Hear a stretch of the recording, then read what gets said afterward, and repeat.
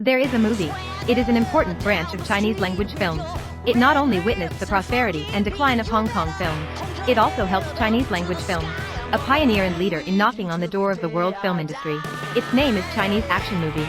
In the golden age of Hong Kong action films, not only did it give birth to a large number of male action stars, today we will take stock of the female action stars in the film and television industry. See who is the most powerful one in your mind. Number 11, Gao Lihong. Yao Lihong was born in Hong Kong in 1965. She is of Chinese-Australian descent. Yao Lihong loved performing when she was a child.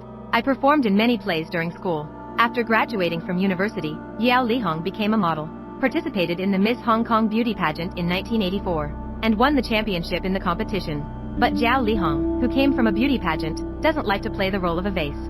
She thinks kung fu movies have more room for development, so she apprenticed herself to Sammo Hung specifically to learn martial arts. Determined to become an all-around female action star, in 1987, Joyce Cadenzi starred in Sammo Hung's film Eastern Condors, playing a brave and skilled female guerrilla fighter. Through this role, she earned a nomination for Best Supporting Actress at the 7th Hong Kong Film Awards. Thus began Joyce Cadenzi's journey as a female action star.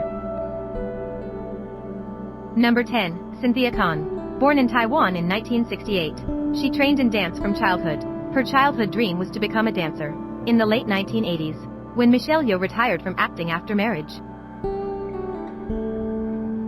they discovered 17-year-old Cynthia Khan. Thus Cynthia Khan succeeded Michelle Yeoh in the Line of Duty film series.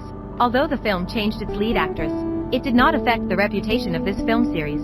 Cynthia Khan rose to fame as a result. At that time, the villains in films were usually very strong foreign male actors. Whenever Cynthia Khan fought against them, the pain would be unbearable. But since she played the role of a policewoman, she couldn't show any signs of pain. To numb herself to the pain, she underwent specialized training during filming. When idle, she would kick lampposts until she could no longer feel the pain. 9th place, Sharon Young Pan Pan. Sharon Young Pan Pan was born in Taiwan, China, in 1959. She came from a prestigious family. Her mother was the famous stage actress Gu Han, and her uncle was the renowned painter Zhang Daqian. When Sharon Young Pan Pan was young, her mother took her to the home of the famous Peking opera performer Fin Juhua to visit. She saw many children practicing opera-style martial arts in the courtyard. She instantly became interested. She begged her mother to let her learn opera. Gu Han initially thought Sharon Young Pan Pan was just acting on a whim, so she agreed to her request. Thus, Sharon Young Pan Pan would go every day after school to Fin Juhua's opera troupe to learn the lower body and leg techniques of the martial female role.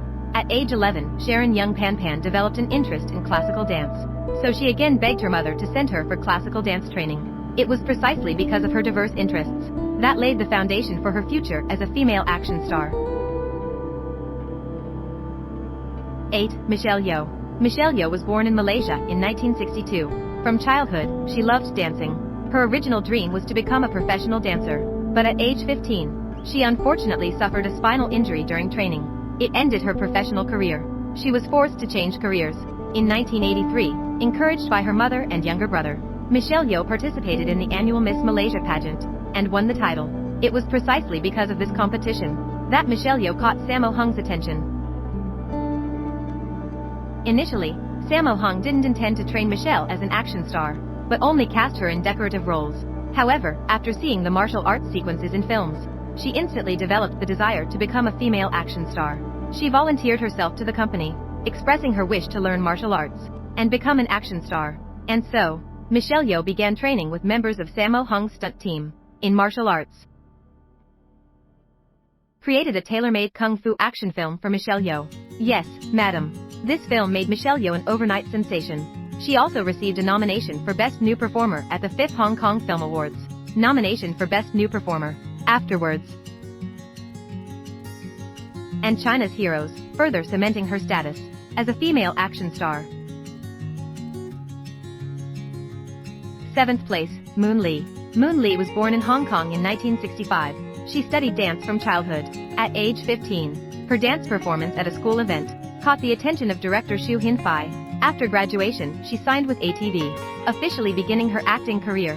While filming TV dramas, she was noticed by the station's martial arts director Sui Shuming. When Sui trained Moon Lee for fight scenes, he found her remarkably quick to learn. Though she had no martial arts background, she could execute every move flawlessly. Thus, he accepted her as his disciple, formally taught her northern-style martial arts. laid the foundation for her to become a female action star. 6th place, Yuan Xiao. Yuan Xiao was born in Hong Kong in 1950. Her family was a Peking opera dynasty. Thus, Yuan Xiao began learning Peking opera from her father at a young age, establishing her martial arts foundation. At the age of 10, her father had her become a disciple of Yu Jinyuan to continue studying Peking opera. But later, Peking opera declined. Making a living solely through opera became difficult. So Yu Jinyuan had his disciples enter the film industry. Yuan Xiao officially entered the film industry at 17. Although Yuan Xiao's martial arts skills were excellent, she lacked industry connections, so she could only work as an extra or stunt double on set. In 1972, a film company named Great Earth officially signed Yuan Xiao, but the company had limited resources. As a result, after starring in a few films, still failed to achieve widespread fame.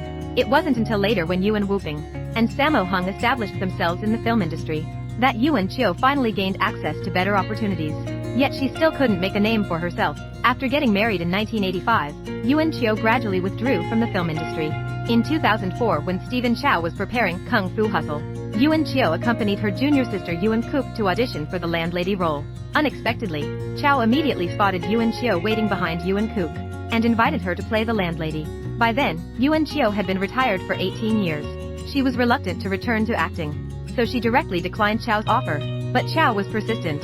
He believed Yuan Xiao perfectly matched his vision of the landlady. After repeated invitations from Chow, Yuan Xiao finally agreed to take the role. This role made Yuan Xiao an overnight sensation and won the 100 Flowers Award, as well as the Best Supporting Actress at the Golden Horse Awards. After this, Yuan Xiao received a constant stream of film offers. 5th place, Kara Wai. Kara Wai was born in Hong Kong in 1960. Her ancestral hometown is Shandong. Her family was originally a well-known wealthy household in Shandong. Later, her father moved the entire family to settle in Hong Kong. At first, the family lived a prosperous life, but later, her father's wealth was swindled away. The family fell into poverty, struggling to put food on the table. Thus, Kara Wai endured immense hardship during her childhood. At the age of 3, she began sharing the family's burdens with her mother, selling chewing gum to foreigners on the streets every day. At 14, Kara Wai decided to enter the film industry to make a living. During an audition, she caught the attention of renowned director Chang Che. Thus, Kara Wai became a contract actress for Shaw Brothers.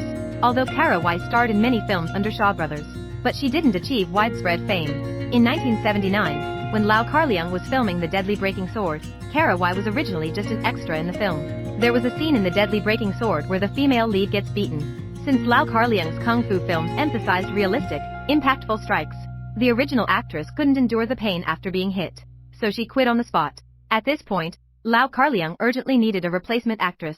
Then he suddenly remembered Kara Wai, who had auditioned a few days earlier. Coincidentally, Kara Wai was already on set as an extra. So Lau Kar-leung had her get into makeup and take over the female lead role. Since films at the time demanded perfection, scenes often required multiple takes.